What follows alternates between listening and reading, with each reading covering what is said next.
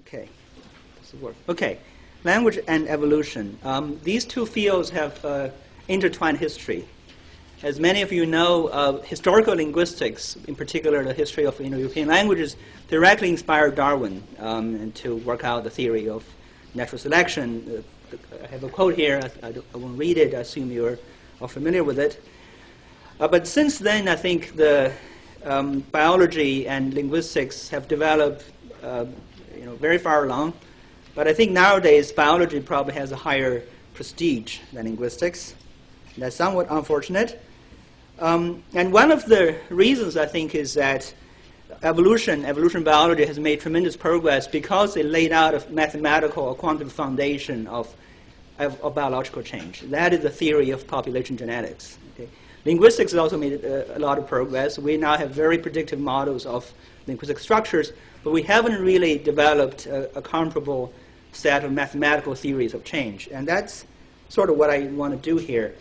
Phylogenetic methods have been applied to language sometimes with great fanfare, but it's interesting to note that the very earliest methods developed for phylogenetics actually came out of quantitative studies of historical linguistics by the work of Peter Buhlmann in the 1970s.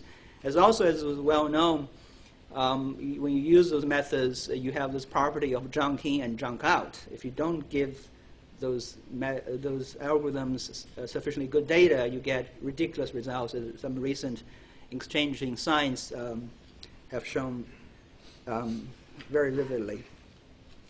Okay, so what I want to show today is the following. I want to develop a set of models for language change that addresses the issue of language variation and change, of course. And the point here is that are there any general principles of language change? And if so, are these properties of UG or interfaces or something even more general? So that's one goal. The other goal is to develop something like the modern synthesis of language change. And this is very much like the population genetics research. And so this is different from phylogenetics. Phylogenetics, if you take the output of language change, you try to infer what, how languages were related. The models of change I'm more interested in is that we take what's known about language and about language acquisition, about language processing. We try to come up with models that can predict language change, or in more realistic terms, how we can explain why some attested changes are actually inevitable. Okay. This is a very familiar picture that guides the intuition between to study the parallels between biological change and language change. I won't dwell on this. You have a grammar, and you talk, and that's the input to the next generation, and you learn, and then you go on. Okay. If you look at historical linguistics broadly, you see two kinds of changes. One is very familiar. The other is actually quite recent, quite recently discovered. Okay.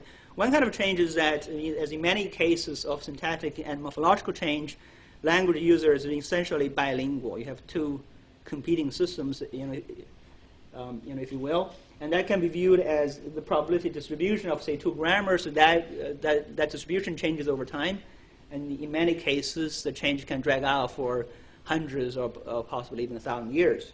It's apparently in some cases in word order change in classical Chinese. And this is something that we get to understand a little better more recently, thanks largely to the work initiated by my colleague, Bill Labov.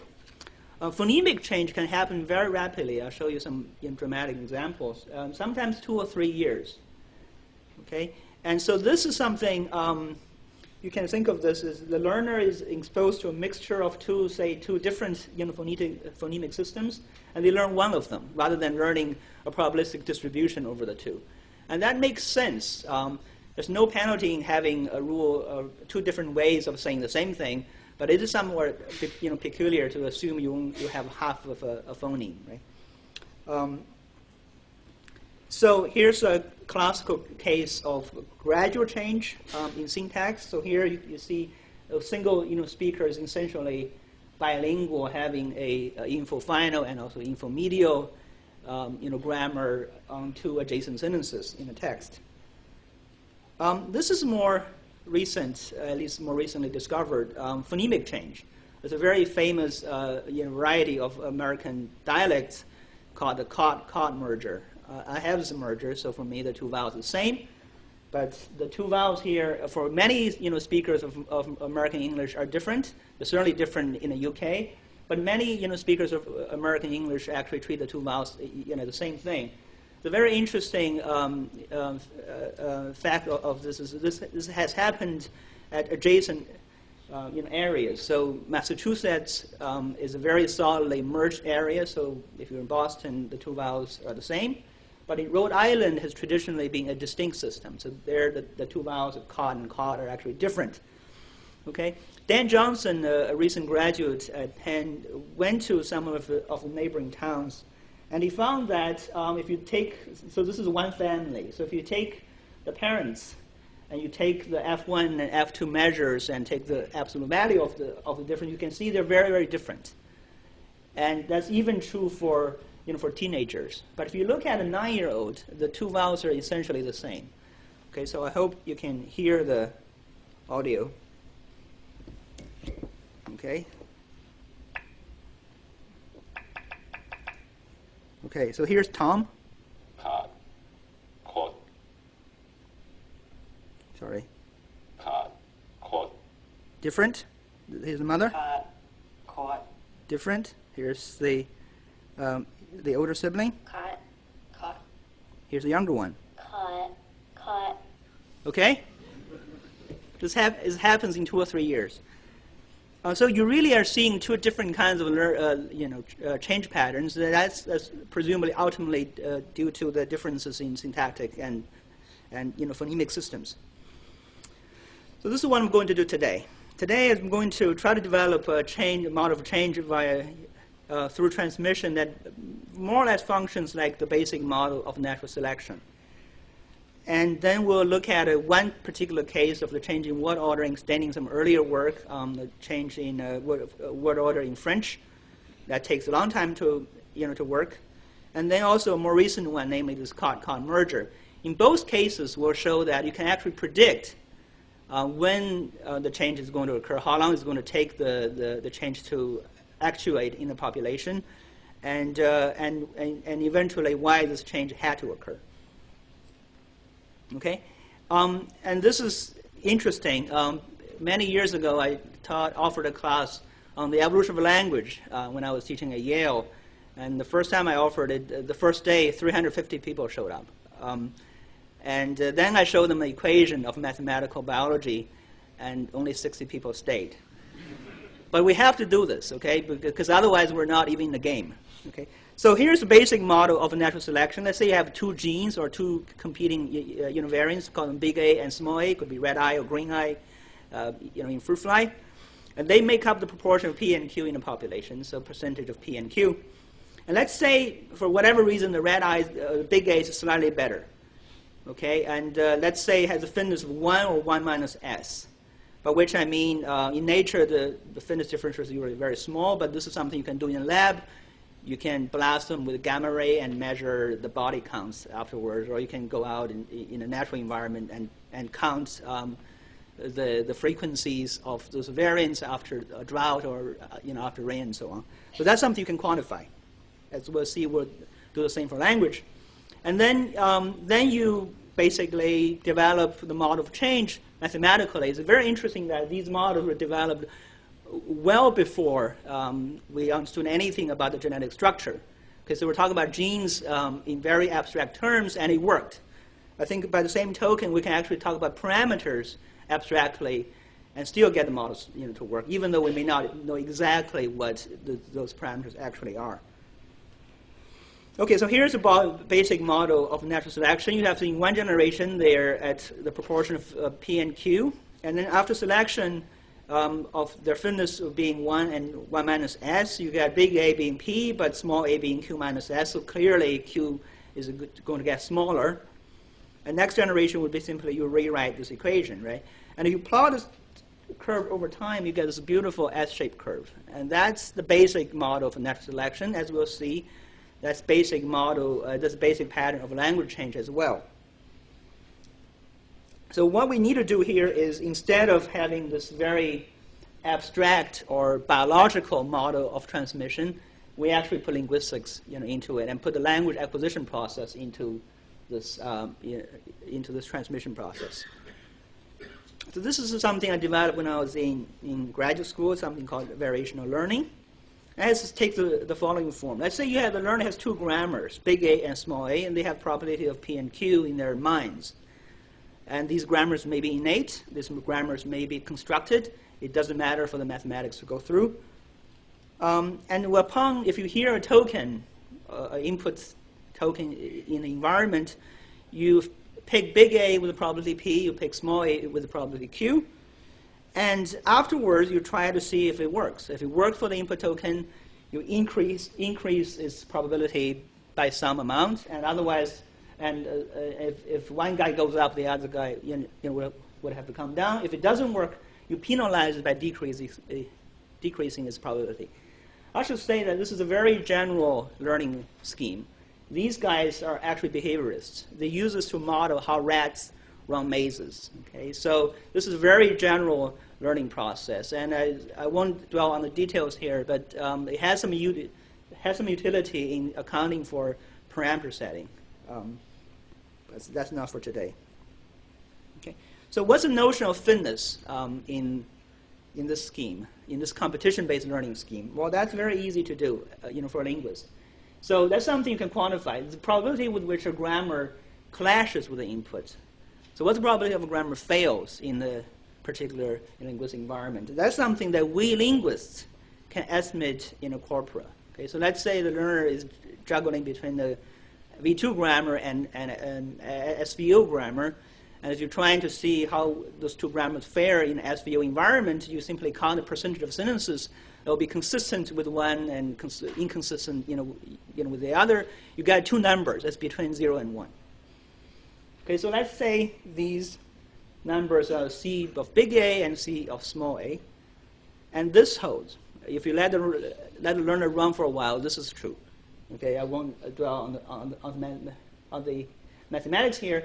So after you let your running go for a while, the learner converges on a stable combination of two grammars, and the two grammars, the weights are exactly specified by how likely is a grammar penalized in the environment. Okay, so in most cases that we study, we have cases of language acquisition. You assume there's a more or less monolingual environment. So you have a target grammar, you have a pretender. Okay, the target grammar never fails by definition. The pretender fails some of the time. So,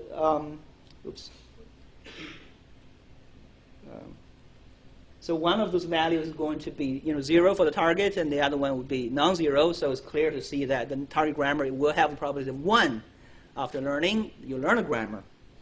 That's a general case. That's a special case. But if the language environment is heterogeneous, this is typically the case in language change, well, then they will converge to a stable combination of the two within one generation. Okay, and that's language change, right? So the question is that, of course, when you have a homogeneous environment, you need the environment to be altered in order for change to happen, right? So it's a very interesting question to see how some new variant is introduced. It could be language contact. It could be learning error. It could be anything. That's what's known as the actuation problem in historical linguistics. That's not something we can usually answer, okay? Because who knows what happened 600 years ago. But this is something we can answer, is that what happens after some new variant has been introduced? Can we predict whether this new variant can knock out the old one, or this new variant will peter out after a while? And that's the basic model here. Okay, so let's say you have one generation of speakers, and they are essentially bilingual. They have grammar A with probability P, and grammar big A probability B, small a with probability Q, and they talk. Okay, and let's assume that the two grammars are not necessarily mutually exclusive. Let's say they have something in common. There are some sentences that are mutually compatible. So English and German, SVO sentences are fine for both, right? But let's say big A has some probability of producing a sentence that small a cannot, handle, and small a has some probability of beta producing some expression that big A cannot, handle. because these weights are P and Q, so therefore the probability of a big A being penalized is going to be exactly the probability of the speaker choosing small a and the speaker producing a token that big A cannot handle, so that's beta times Q, and also this is alpha times P. Okay? So what are alpha? Well, what is alpha and what is beta? That's essentially a monolingual corpus. So you look at the monolingual corpus of big A, you count what's the percentage of sentences that big A can produce that contradicts small a, and that's something that we can all do. Okay, so once you redo this, you calculate the penalty probability of those two variants. You rewrite the probabilities of P in the next generation following the equation I showed earlier. You get something like this. Okay, P prime equals P over something else, and this is exactly the equation I showed you earlier from natural selection. Now, if you rewrite S as alpha minus beta over alpha. Okay, so one thing that's clear is that if big A produces, on average, has produces a higher percentage of tokens that small a cannot handle, counting monolingual corpora, and then big A will always going to kill small a. Okay, so we can now, in principle, we can say we merge any two grammars together. We can take the two monolingual, corpora and count, and then it makes a prediction. Now the question is, are these predictions true?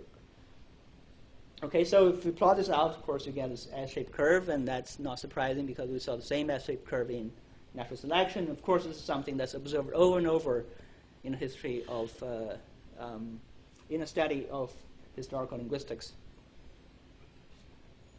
And this is, you can go, you can go a little deeper. You can actually estimate how many generations it takes for some change to go from very few in the environment to completion. I won't dwell on the algebra here. This is actually quite straightforward. Is that as long as you can calculate S, as long as you can measure alpha and beta, which will give you S, you can assume in the beginning a new variant is very rare, 1%, and the other guy is 99%.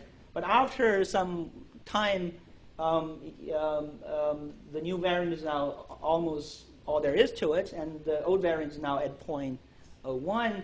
And you do this, you can actually estimate the number of generations for change to take place. And that's, of course, as you can imagine, is going to be a function of how better the new guy is compared to the old guy, right?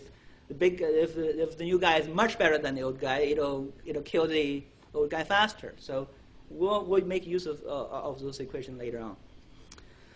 So now the empirical stuff. Okay, so here's a well-known, very well-studied case in historical linguistics that has to do with a change of word order in the history of French. So French was a V2 language, no longer a V2 language nowadays, so that's modern, not okay. Old French is okay. And also Old French was a now subject language, was pro-drop language, is no longer the case now. Okay, so we like to know why it changed. So what's the competition here? So it went from a V2 grammar to a SVO grammar. So these are the two variants that are in competition. Following the logic I was sketching out, we can go estimate and the alpha and beta in monolingual corpora of V2 and SVO languages. So we take something like German or English. It doesn't really matter. You found that actually, historically speaking, 70% of the V2 languages produce expression of SVO. So these are just fine with the SVO grammar. It's the sentences like with a verb in the post verbal position that's going to clash with the SVO grammar. That's about 30%. So this is our alpha. Okay. Now what's beta? So what's the percentage of SVO sentences that are in SVO languages, or the sentences produced by SVO grammar that are inconsistent with the V2 grammar? Oh, that's easy to do. We count, English, I counted childish, I counted Wall Street Journal, not huge amount of difference, is that whenever you have a verb in a non-second position, that's when the V2 grammar fails, right? So SVO is certainly fine for both grammars. So that's our beta. So we have alpha being 30% and beta being 10%. So alpha is greater than beta. So that means that change from V2 to SVO shouldn't be possible, because V2 is better than SVO when they are put in put in a competition, and that's contrary to the facts. So something else is going on. So what's going on? Well, we should keep in mind that French was a pro-drop language. Okay, so if the subject pronoun is dropped, okay, you get something like this would be a sentence that's usually inconsistent with SVO grammar. But if you drop the subject pronoun, it becomes XV. That's consistent with SVO grammar as long as you allow pro-drop, right? So this is the case of, you can post it in the empty category, either the left or right side of the verb. Now, of course, if you have an SVO sentence, if you give it pro-drop, well, then it actually would amplify the advantage of SVO grammar over V2, because if you drop the subject, the sentence becomes V1, which is transparently not V2. Okay? So between the two factors of this double whammy, SVO grammar is going to lose out to the the V2 grammar is going to lose out to the SVO grammar. And this is roughly how we do this. Okay, so you have subjects. Sometimes they're pronouns. Sometimes they're lexical NPs. We don't have to worry about that. When you have a pronoun, you have a pro-drop language, you have a chance of being dropped. So the probability of you dropping this would be, having a pro-drop would be A times D, right? Then this, I won't bore you, with all the details. Basically, you see if you happen to be a lexical, NP, the subject stays. This still goes against SVO grammar. But crucially here, if you drop the pro, this is no longer inconsistent with SVO grammar. You do the same for the green guys, namely, what happens to SVO if you add pro drop to it, and you change the numbers here slightly. Again, this is pretty straightforward, algebra. We don't have to worry about it, A and D. So now these are revised fitness values of V2 and pro drop on the one hand, and SVO and pro drop on the other hand. So these are the two real grammars that are going through competition. So this will show that loss of V2 would happen if alpha prime from the previous slides is greater than beta prime. If you do solve the equation there, you see that if A times D is greater than about 18%, then the V2 grammar will necessarily lose to an SVO grammar. Okay? But what is A times D? Well, remember A times D is the percentage of pro drop in Old French. Okay, if you look at the text in 14th century French compiled from Ian Roberts' book, you see that there's over 40% of pro drop patterns of the time, at the time. Okay, so this is clearly greater than 18%. So that means that the loss of V2 in French to SVO was necessary. Okay, and this actually, I think, makes a novel prediction as far as I know it's true. That is that all Western Romance languages had V2, had V2 order. All of them lost it. Some of them, and all of them that lost pro drop, lost V2 had pro drop. Some of them still have pro drop, like Italian or Spanish. So this is actually a prediction you can make on numerical grounds. Okay, I didn't know. I still don't know French, old or new. But that's a prediction you can make by only looking at the numerical basis of competition between grammars. We can go slightly further. Okay, so we calculate now. This is just it's just rewriting what I had earlier, and we can calculate S, which is now since we know the percentage of now subjects is about 42% from E.M. Roberts' data, we can rewrite S as 0.6. So we can actually estimate the number of generations we expect to take for V2 to lose out to SVO. And that's about 10 generations. Okay, so I don't know how long do you want to attribute a generation to the ancestors, of the French. Let's say roughly 20 to 30 years. So that means that we expect it to take about 200 to 300 years for the change to go to completion. That's more or less correct. Again, that's a prediction you can make on numerical ground. So it's crucial here for the story to work that the loss of pro drop took place later in the history of French. So after V2 was lost, because otherwise it would not be possible. Okay, that's indeed the case because pro drop actually was lost about 2 centuries after V2 was completely gone. Okay?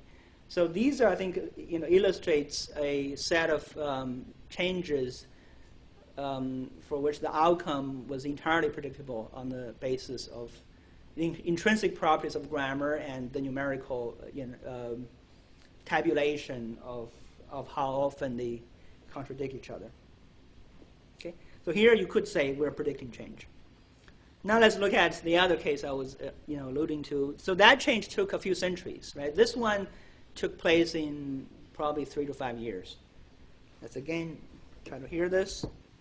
And this is the diagram from the distribution of cod-cod merger in North America. The green areas are areas in which the 2 vowel variants are the same, and these areas are the dots are the 2 vowels are actually different. So you go to New York City, you can clearly hear the 2 vowels being different.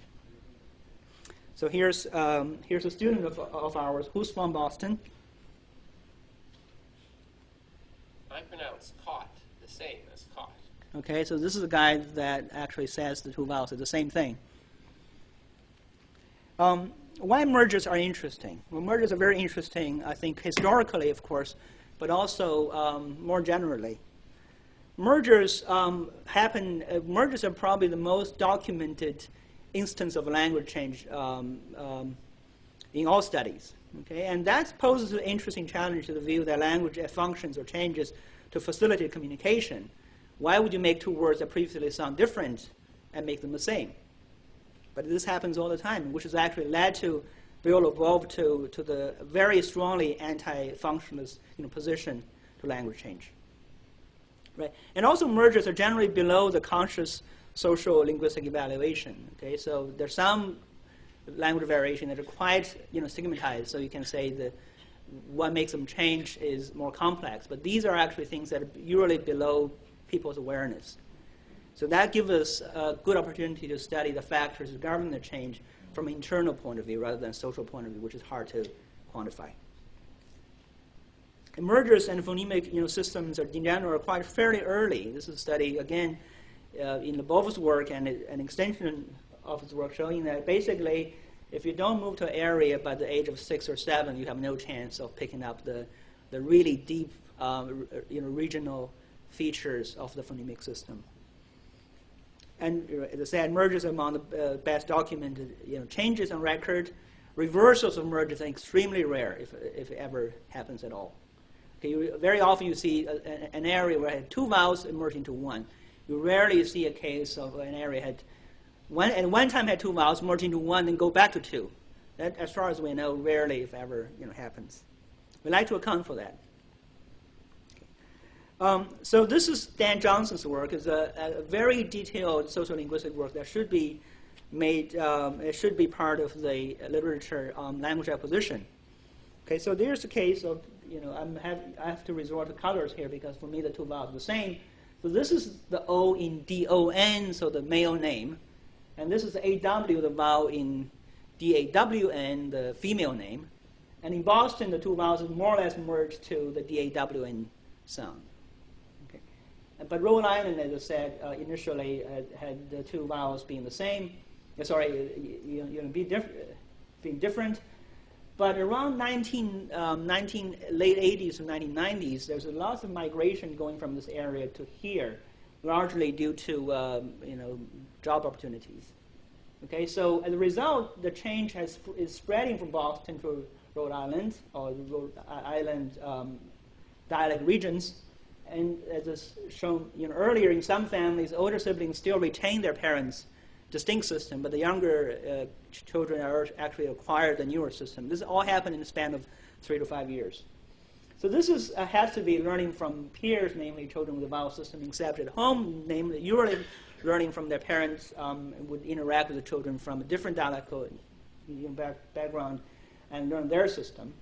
And this is clearly a case of influence due to migration. So what we're interested in is that what kind of population mixture would it trigger a deep change of the sort that we're seeing in the span of 3 to 5 years. Just to hear this again, if you're not convinced, I was really stunned when I first heard this because I didn't imagine change would happen so rapidly. caught, caught, caught, caught, caught, caught, caught, caught, Okay, the last one again being the being the youngest speaker. Okay, so children usually learn their parents' distinct system at home because that's where they're primarily picking up their language. So let's call this the M- system. So if you paid attention to the previous slide, to slides further back, the 3-year-olds actually pattern like their parents. But once they grow up to be in a school environment, they're actually going to pattern like like their peers. Then they run into kids that some of them will be speaking this M+ system, namely the merger has taken place, and they're going to be learning from a mixture of P0 and Q0. Okay, and then according to the dynamics of competition we had earlier, we need to calculate what's the probability of the merger system failing in this mixture, and what's the probability of the distinct system failing in this mixture, and that allow us to calculate the expected rate of P, namely the weight of the merger system after learning. And since this is a case where apparently children adopt one system rather than having a mixture of two, we're going to pick the one that has a higher value to be the one, namely the one that's better. Once you feel better, you actually kill the other competitor instantly in one generation rather than letting the competition drag on for many years. Again, this is probably fundamentally related to the difference between morphology and syntax on the one hand, and phonology and phonemes on the other, as lots of psycholinguistic and neurolinguistic evidence show. Even for fully fluent bilinguals that acquire 2 languages at birth, one phonemic system appears to be somewhat more dominant. Okay, so how are we going to define fitness? One of the easy ways to do so is to say, well, let's calculate when the 2 dialects are merged together. Let's see what's the probability of leading to miscommunication. So Bill Leboeuf has been tracking this for about 30 years, and he reported about 80 cases in a span of 25 years. It's not a whole lot of them, and this is typical. Okay, Gideon Sankoff, my colleague, is from Montreal. In all of Canada, the 2 vowels are the same. Bill Leboeuf is from New Jersey, and that he has, and that area had a system where the 2 vowels are different. So here's not a typical conversation, but an amusing one. Gillian said it would be even better if Don could take her to the airport. So Don is Don Range, a historical linguist in our department. But when this thing was said, it was about 20 years ago. We had a female graduate student in the department by the name of D-A-W-N, who was actually blind. So Bill Leboeuf clearly understood D-O-N to be D-A-W-N, and was wondering why a blind person could take anyone to the airport. Okay, so this is actually a genuine case of misunderstanding. If you look at the rates of errors that Bill collected over the years, he found that actually it's the people who have a distinct system that are more easily confused than people with a merger system, by the ratio of 4:1. We have something to say about that later on. And the more general consideration, I think, is actually not gross miscommunication, because that happens rarely. 40 instances, 80 instances in 25 years is not a lot. In most cases, you can figure out what the other person is trying to say. So I think here the general consideration is actually the ambiguity introduced by competing phonemic systems and the confusion they introduce at a very temporal, at a temporal scale, very subliminal, that could actually mislead people. And so this will be something similar to garden path in syntax, but this will be garden path in phonological processing. And there's a variety of psycholinguistic evidence supporting this view. This is one of the earliest studies by David Sweeney, showing that highly influential, showing lexical processing at the very initial stage of language processing is highly autonomous. Contextual cues coming much later.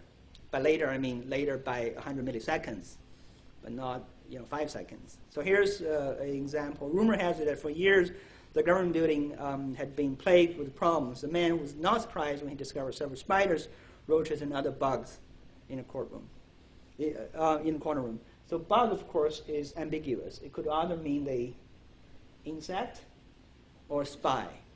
Okay, so this is not actually what they did with cross-modal priming paradigm. The subject heard the sentence, but as soon as at the time when bug was uttered, they showed pictures of either insect or recording device as in a spy sense, and speakers actually show equal amount of activation. So that means that when you hear the word bug, even though the context makes very clear, you cannot possibly be talking about the recording device. The recording device meaning is still activated. Of course, very quickly you figure out that you're talking about the insect. And some of the more direct evidence comes from more recent work. I won't go through all the details there, but here's a particularly important one. Speakers, or rather listeners, show slowdown as well as errors when they process sentences like, she saw him duck and stumble near the barn. Well, this is very interesting because duck is the two ducks, right? One is the noun form of the duck, the other is the verb form of the duck. Duck being a noun is much more frequent than duck being a verb. So people actually were interpreting initially of duck being a noun. This is why they have slowdown, because that wouldn't make any grammatical sense, even though the preceding context is very clear. This cannot possibly be a noun. Okay, so this suggests when we process homophones, we actually go for the more frequent form first. Okay, so this is even true regardless of even part of speech. Okay, because you should be having a verb here, but you actually hear a noun first. So what this means is the following. If you're in Boston, if you have the merger for caught and caught, if I say something, I slap on the caught.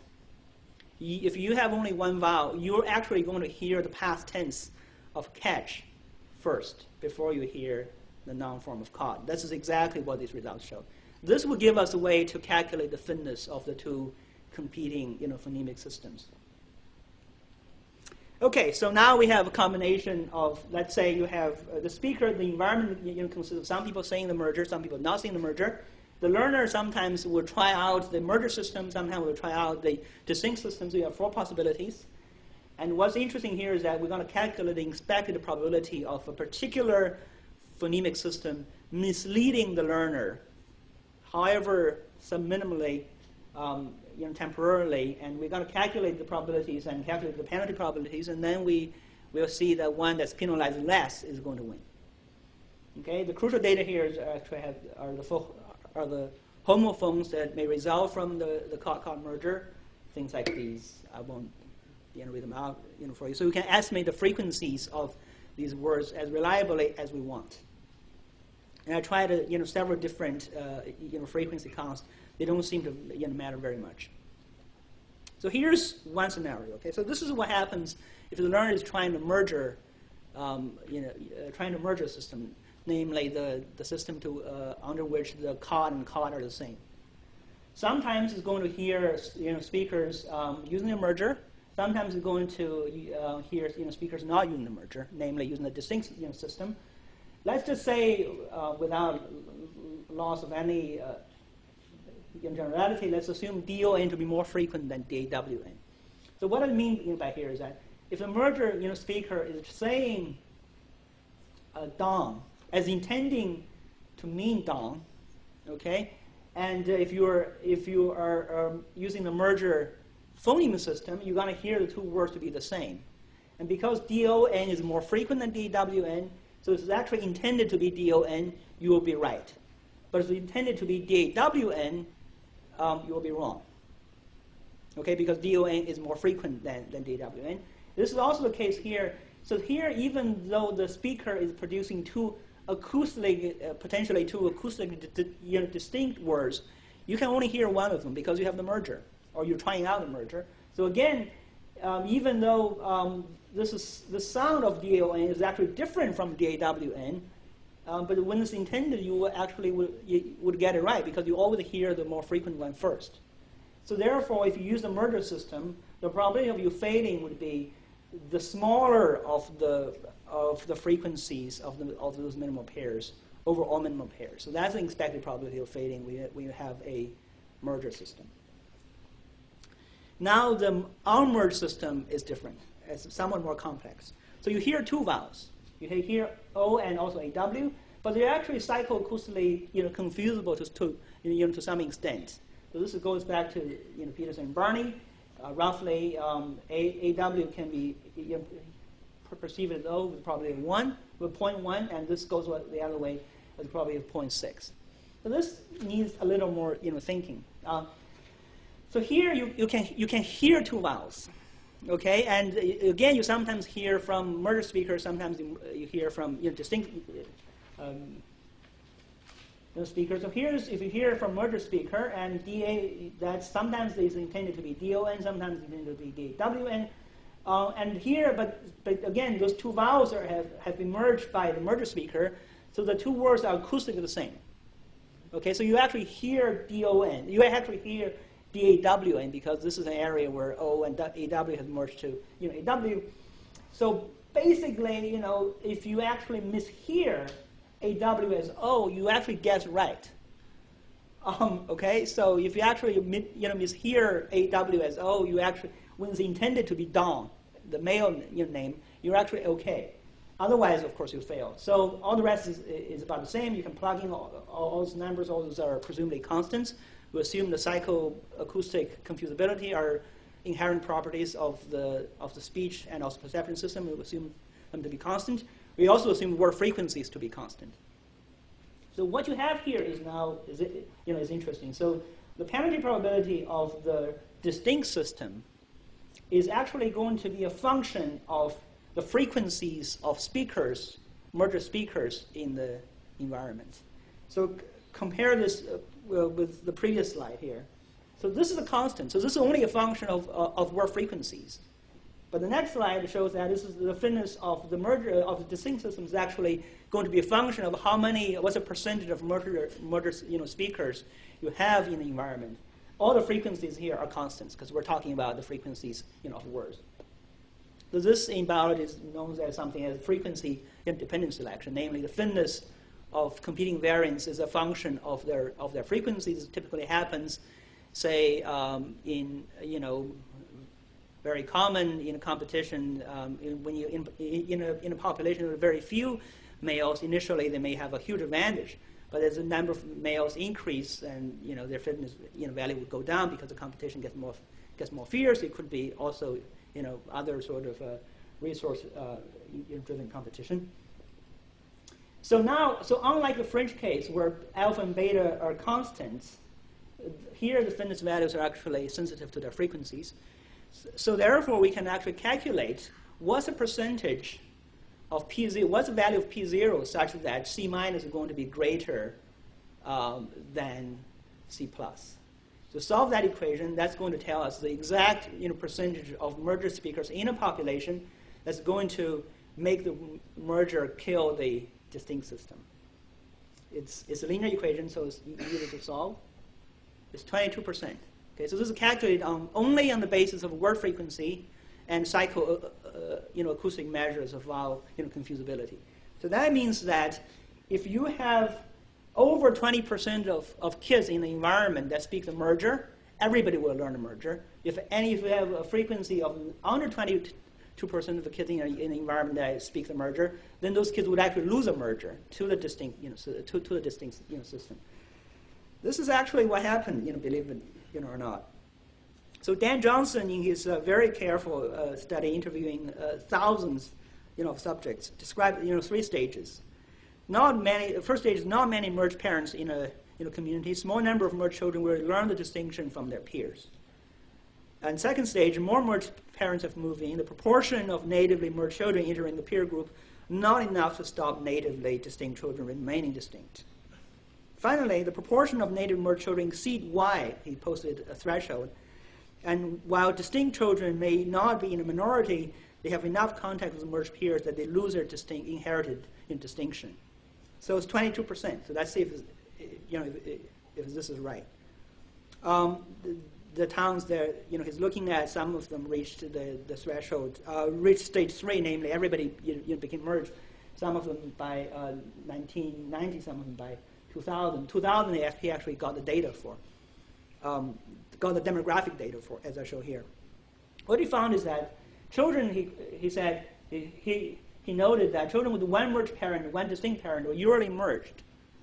This would not be surprising because it's 22%. If you primarily learn from your parents, and you only need 20% of the tokens be coming from the merged parent, that's enough for you to learn the merger. Let's assume that one of the parent isn't exactly mute, and that's enough for this generalization to be true.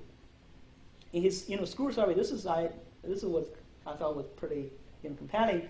So he went to the exact time when went to the school board and found the demographic data of where they were born, the children were born, exactly the time when merger knocked out the distinct system. He found that at the time the percentage of children from the Boston area was at 18 to 23%, which is very similar to the 22% that we have calculated on purely on numerical basis.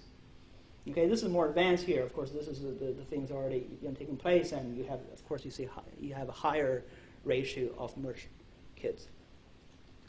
And more broadly, this also accounts for the asymmetry of errors in Lebov's natural miscommunication studies. In most cases, you hear a slap on the cot, you hear past tense of catch. In many cases, it won't cause any confusion. It's only those rare cases when you happen to know both Dong and Dong in the same department, you have the confusion. But very interesting is that it's the merger, is people with a distinct system that's more likely to be penalized, more likely to be confused. And this makes sense because if you use a merger system, you're always going to hear the most frequent one.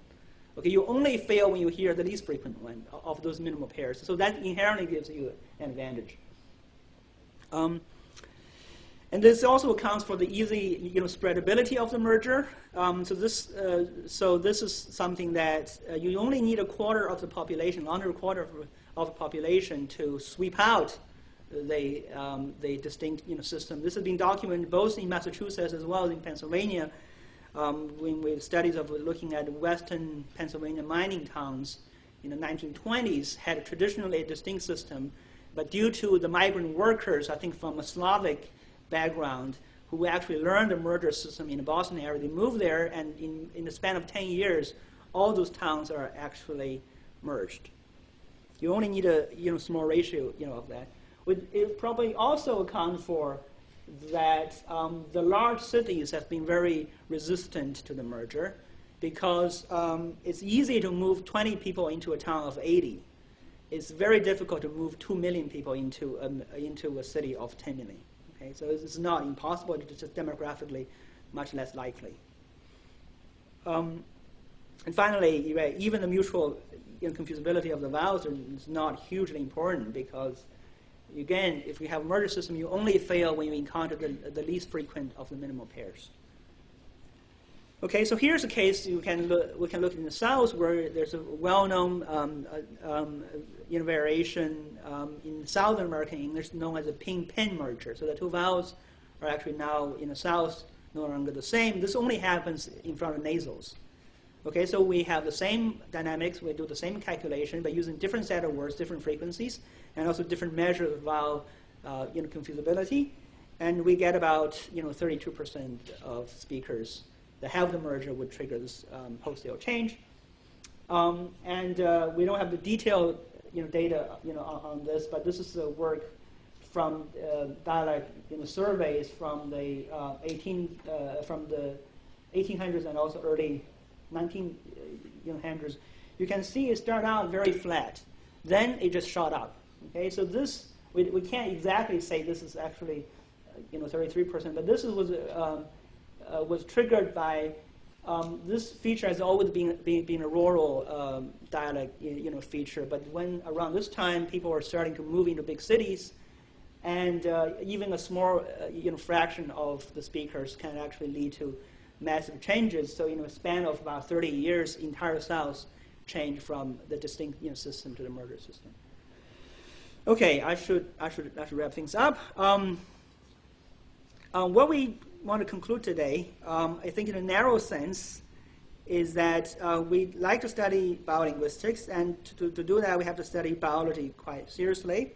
And biology relies on quantitative models. So we have to develop quantitative models that make predictions. Right? And of course, that's what linguists have been doing all along.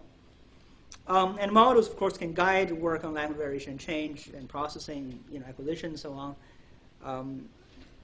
and can sharpen our work. And the models actually here are simple. Okay? Everything I've shown today are really high school, algebra stuff.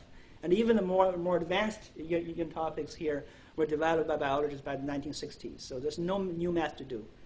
But it's crucial that we take the linguistic factors into account: how language is processed, how language is learned, how language is also structured. Because otherwise, the model would be toys, and it won't have any empirical content. So this is something I think we might want to say more broadly in the context of language evolution, is that change and variation appear to be governed by by learning and processing. So you can think of UG came out of Africa, and then we marched it to the places. We have this diversity of languages.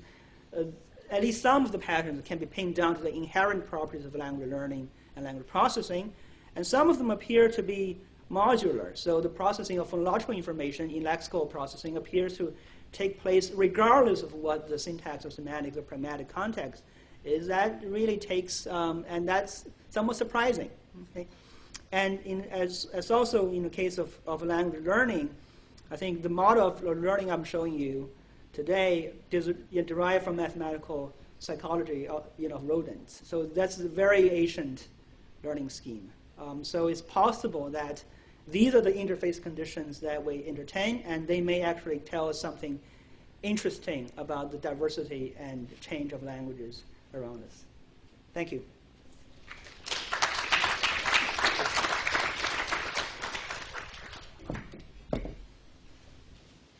Okay, we have about 7 minutes for question and discussion. So please come to the microphone and identify yourself. I had a question that I think Massimo might ask, but I got to the microphone first. A couple of years ago, Massimo and Jerry Schroeder wrote an interesting book on the inadequacy of natural selection to explain many of the, to answer conceptual problems that in biology that are very much related to the sort of biological problems that Chomsky wanted linguistics to address. And so my question is, given what they show about natural selection, that it focuses basically on descriptive methods for doing population genetics, why should we take natural selection as an interesting model for addressing questions in biolinguistics that seem to be of a different kind from what this model based on natural selection could address? And I'm wondering if you could just Well, Massimo and Jerry are my friends, but we disagree on this. And I would not take natural selection completely out of the picture. It certainly may not be as all powerful as some people have made it out to be, particularly evolutionary psychologists. And I think probably many people involved in the game of evolution of language. But it's simple, and it probably works in many cases. And it also probably works here, right? So the question is, if we don't assume these kind of models, how would we account for these facts? So and also whether natural selection played a role, could have played a role in the development or the evolution of language is a very different matter from the very mechanics of natural selection. And that's the very mechanics of natural selection is what I'm assuming here. In fact, at the Evolution of Language conference, I will be speaking more or less in agreement with Massimo and Jerry, that is that there's no continuity between linguistic system and other superficially similar systems.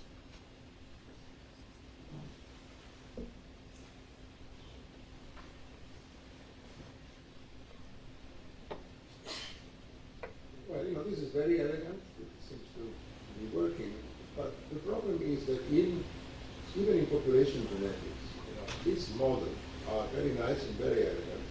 They have little to do with what really happens when you have alleles evolving over time. You have epistasis, you have relation between genes. So these are really highly idealized models that in biology, even population biology, don't have much of an application. Right. So I would say this is nice because something comes from biology. It's not really applicable in biology. You apply it to these cases. It seems to work in these cases. I agree with you. Right. Actually, there are also cases of drift, which plays a huge role in natural selection. In biology, that's not selective, and that's actually has applications in modeling language change. But I'm not addressing that today. Right. So we can find, so. It's, right.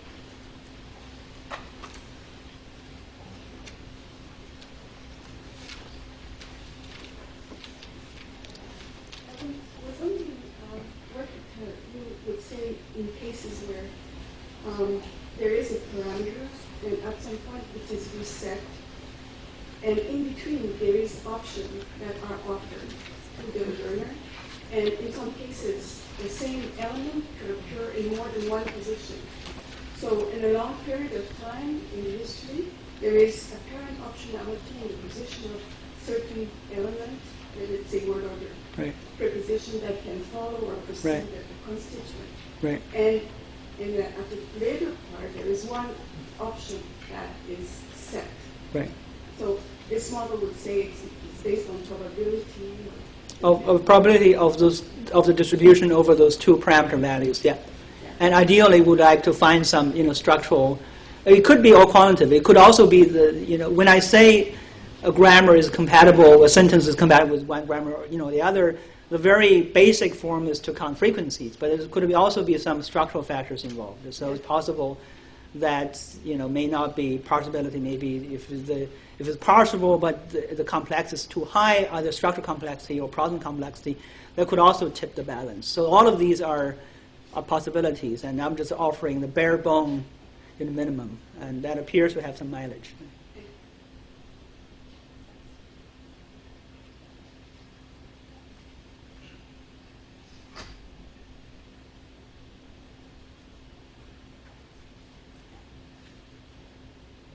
One small question.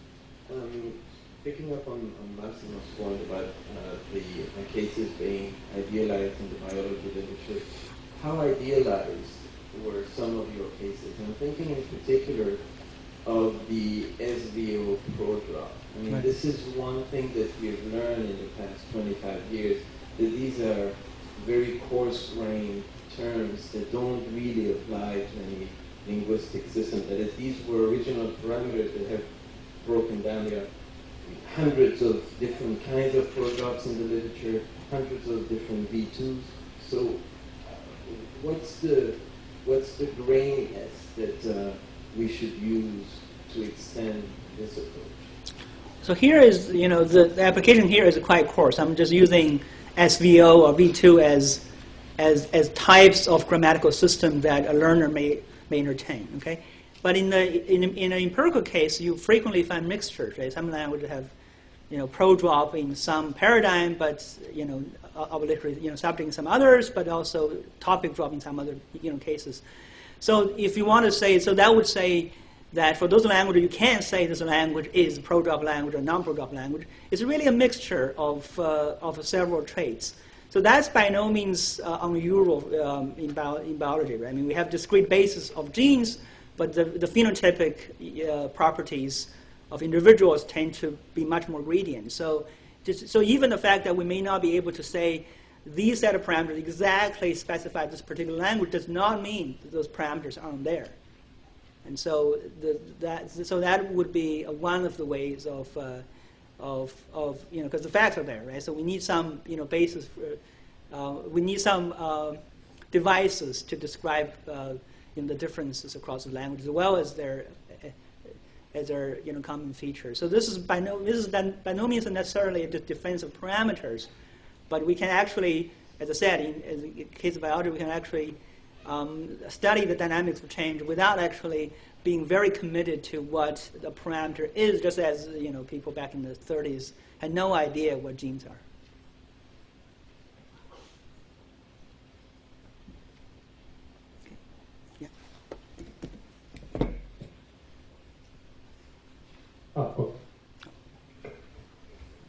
People actually talk about the difference between biological evolution and cultural evolution. And I think your case is obviously a case of cultural evolution. Right.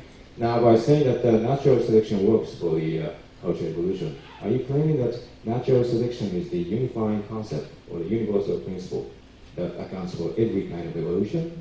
No, I wouldn't say that. It just happened to work here, and if the natural selection as adequate description for the model of change follows from the particular learning model that I was describing. So to the extent that the learning model is an accurate description of language learning, then natural selection is necessarily an adequate description of language change.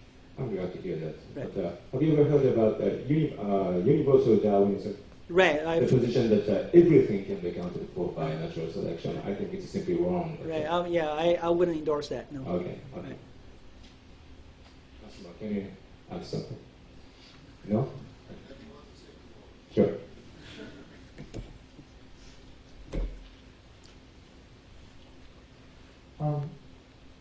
Yeah, we have run out of time, so thank you very much. Thanks.